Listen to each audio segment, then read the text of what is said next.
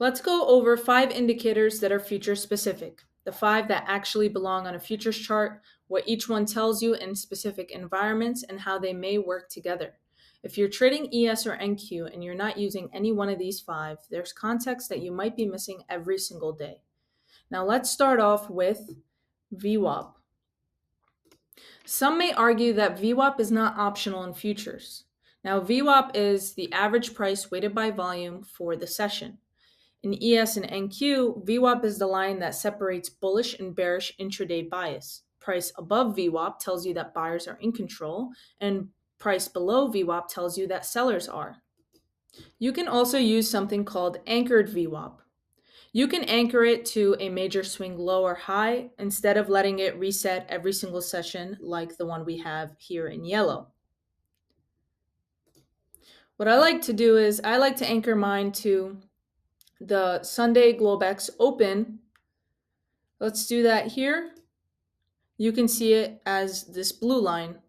So now you have VWAP, the yellow line that resets every session, and then now you have the blue line, which is VWAP from the Globex Open, which you can keep anchored for the entire week, and you can kind of just use that as a way to gauge where we are as the days go by. This allows you to have a better understanding of every participant who entered at or after the point of where we anchored it. You can watch the anchored VWAP to see as the days go by during the week, see if price pulls back to VWAP and whether or not VWAP holds or gets pushed past. Moving along, we have volume profile. A volume profile shows you where price has traded the most and the least over any period that you define. There's 3 terms to it. The point of control is a single price with the most volume. Then you have the value area, which is the range holding 70% of the volume, and it's bounded by value area high and low. Then there's low volume nodes where there are thin areas where price can move fast because there's no positioning to slow it down. Now here what I did is I took an anchored volume profile and I anchored it to last week's high and low, and it plots this volume profile here for us. Green line being value area high, red line being volume area low, and then the white line being that point of control showing you where most of the volume has been traded at. Now, just like the anchored VWAP, you can kind of do this on any type of session, any type of swing high and low that you want. It's really all subjective and up to you on the kind of information that you're trying to see on your charts. Next, we have something called ATR, your average true range. This is your volatility baseline, and the indicator that I have on compares your average true range versus your daily true range. So it's basically taking the average of the last 14 days and it's comparing it to your intraday, your daily range, basically. Knowing this ATR allows you to understand how much ES or NQ can move in a single day. It helps gauge that kind of information, and you should be looking at this prior to the day starting so that you can have that number in your head before you take any trade. There are other ATR indicators that will allow you to also manage the range based off of a specific time frame. So if you wanted to see what the true range is on the 5-minute time frame, you can see that. That way it allows you to have realistic targets and allows you to have some tighter stops or better stops when you're in a trade. The next indicator is one of my favorites. It's the session high and low. It's always a great idea to have some sort of key levels indicator that's going to automatically plot, your pivot levels, your previous day highs, lows, your previous week highs and lows, the monthly open, the weekly open.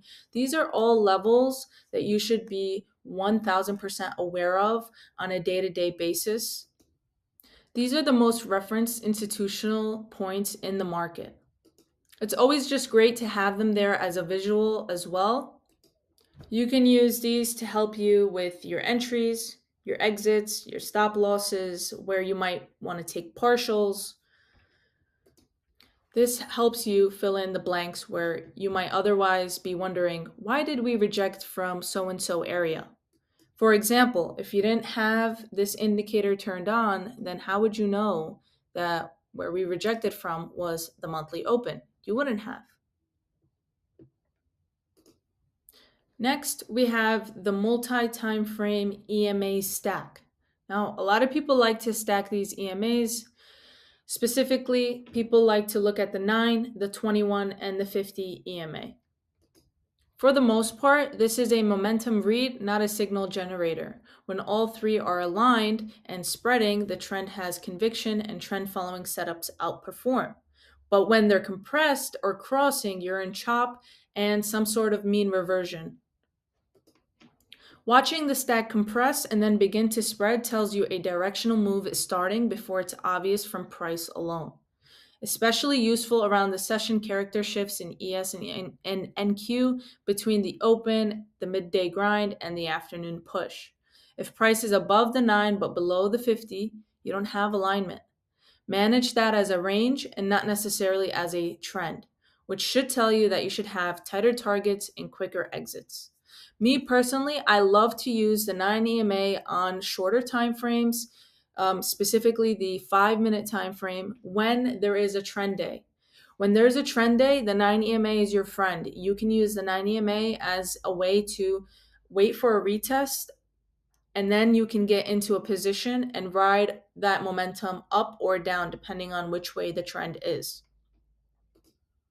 Now, hopefully, you have a better understanding of what all these indicators are, how you can utilize them, and more importantly, how they work together. Once again, these 5 indicators are your VWAP and or your anchored VWAP, your volume profile for structure, your ATR for volatility, session levels for institutional reference points, and the EMA stack for momentum. When you combine some of these indicators together, it can tell you what kind of market you're in before you even size into a position. I'd love to hear which of these 5 you're already using and which one is new to you. Feel free to drop it in the comments, and if there's any indicator that you'd swap out for any one of these, I'd love to hear it.